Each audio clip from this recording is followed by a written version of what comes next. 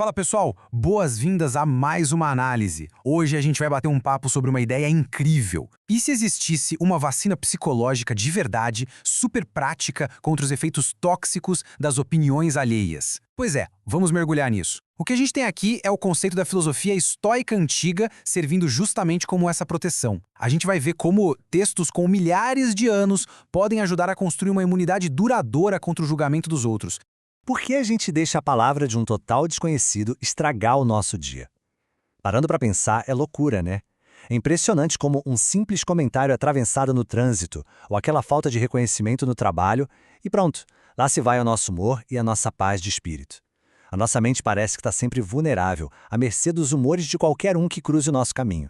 Para curar essa vulnerabilidade, o nosso roteiro de hoje passa por 5 pontos rápidos. Primeiro, o fardo da aprovação alheia.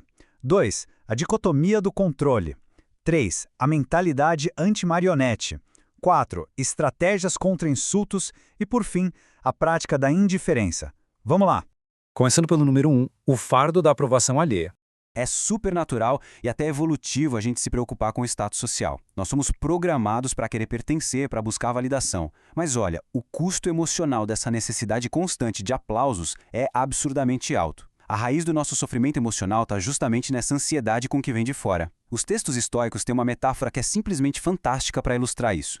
Imagina ter um boneco de voodoo que representa a gente. Em vez de guardar 7 chaves, a gente joga ele pela janela, no meio da rua, para qualquer pessoa pisar em cima. Parece loucura, né? Mas é literalmente isso que a gente faz quando entrega o poder de nos machucar para pessoas aleatórias e circunstâncias que a gente nem controla. O que nos leva ao ponto 2, a dicotomia do controle.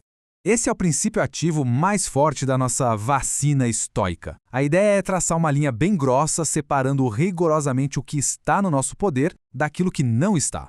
De um lado da linha temos o que depende de nós, nossos valores, opiniões e impulsos. Do outro lado, o que não depende de nós, nossas posses, a nossa reputação e, principalmente para o nosso papo de hoje, as ações de outras pessoas. A opinião alheia cai direto na caixinha do que a gente não controla de jeito nenhum. Ou seja, não faz o menor sentido perder o sono por causa dela. O autor William Irving dá uma refinada genial nisso e cria o que ele chama de tricotomia do controle. Basicamente, a gente divide a vida em 3 colunas. Primeira, de alta influência, nossas escolhas e julgamentos. Segunda, de influência parcial, tipo a nossa saúde ou os nossos relacionamentos, onde a gente pode dar o nosso melhor, mas não dita todas as regras. E a terceira, nenhuma influência, o clima ou o que já passou. A grande sacada aqui é perceber que mesmo tentando influenciar os outros sendo a pessoa mais legal do mundo, o resultado final, se eles vão gostar da gente ou não, está totalmente fora das nossas mãos. Avançando para o número 3, a mentalidade anti-marionete. Chegou a hora de cortar aqueles fios invisíveis que ficam puxando a gente para lá e para cá. Pensa bem, por que a gente age como fantoche, dançando conforme a música de qualquer comentário mal educado que escuta por aí? Tem uma citação do filósofo Epiteto que acerta em cheio nisso. Ele diz que, se alguém entregasse o nosso corpo para um estranho abusar na rua, a gente ficaria morrendo de raiva. Só que a gente entrega a nossa mente de bandeja para qualquer um que aparece. É uma rendição totalmente ilógica. A gente protege o nosso corpo físico com unhas e dentes, mas deixa a mente escancarada para levar a pancada verbal dos outros. Olha só como a coisa funciona na prática. Entre um estímulo, tipo um xingamento, e a nossa resposta, existe um espaço crucial. E é exatamente nesse espacinho que mora a nossa liberdade. A gente pode simplesmente explodir de raiva no automático, ou a gente pode aplicar a vacina estoica, dar um passo para trás e escolher uma resposta construtiva. A liberdade real está aí, nessa chance de retomar o nosso poder. Vamos para o número 4, estratégias contra insultos.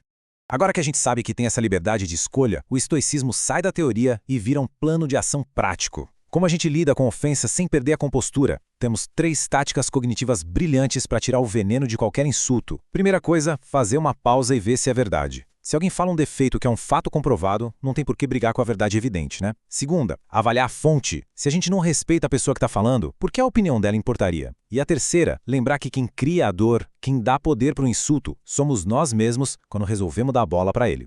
O imperador romano Marco Aurélio traz um peso enorme para essa ideia. Ele dizia que a melhor vingança é simplesmente não ser como a pessoa que causou a injúria. Bater boca e devolver insulto na mesma moeda é, no fundo, assinar um atestado de fracasso pessoal. Se a gente desce para o mesmo nível de raiva do outro, a gente perde. Ser um exemplo melhor focando no próprio caráter, é a vitória definitiva. Para amarrar tudo isso, aqui vai um protocolo concreto de 3 passos para usar bem na hora que o insulto bater. Passo 1. Respira fundo e testa a primeira impressão. Nada de reagir por instinto. Passo 2. Enxerga quem ofendeu como alguém que está só perdido, tipo uma criança que não sabe o que diz, alguém que merece mais pena do que raiva. E o passo 3, responde com silêncio ou com humor. Mandar uma piada de volta ou simplesmente ficar quieto deixa a gente praticamente invencível. O insulto atravessa e não deixa nenhum arranhão. E chegamos ao número 5, a prática da indiferença. Como a gente transforma tudo isso num hábito sem parecer uma pessoa fria ou arrogante? Tem uma abordagem muito legal sugerida que é o estoicismo furtivo. A ideia é ser meio que um ninja. A gente pratica essa imunidade de forma super silenciosa, guardando os princípios filosóficos só para nós. Assim, a gente colhe toda aquela tranquilidade incrível, mas não vira alvo de piada de quem não entende essa postura. A filosofia ensina que o foco tem que ser para dentro, nas nossas ações e no nosso caráter, e não em ficar exibindo o que a gente sabe para o mundo. O que traz a gente de volta a uma verdade psicológica muito profunda do Epiteto. Ele bate na tecla de que o que ofende de verdade não é a pessoa, nem as palavras que saem da boca dela, mas o nosso julgamento interno de que aquilo é uma ofensa. Pensa nisso. Ninguém, absolutamente ninguém, consegue invadir a nossa mente e causar danos, a não ser que a gente mesmo abra a porta e dê permissão. Nós temos a chave do castelo. O que nos deixa com essa provocação de explodir a cabeça para fechar nossa análise de hoje. A gente vai continuar entregando a chave da nossa felicidade, do nosso humor e da nossa paz para qualquer um que cruzar a esquina? Ou a gente vai finalmente cortar os fios da marionete, aplicar essa vacina estoica e ser mestre da nossa própria vida emocional? A escolha sempre esteve inteiramente nas nossas mãos. Valeu demais para acompanhar mais essa exploração com a gente. E até a próxima.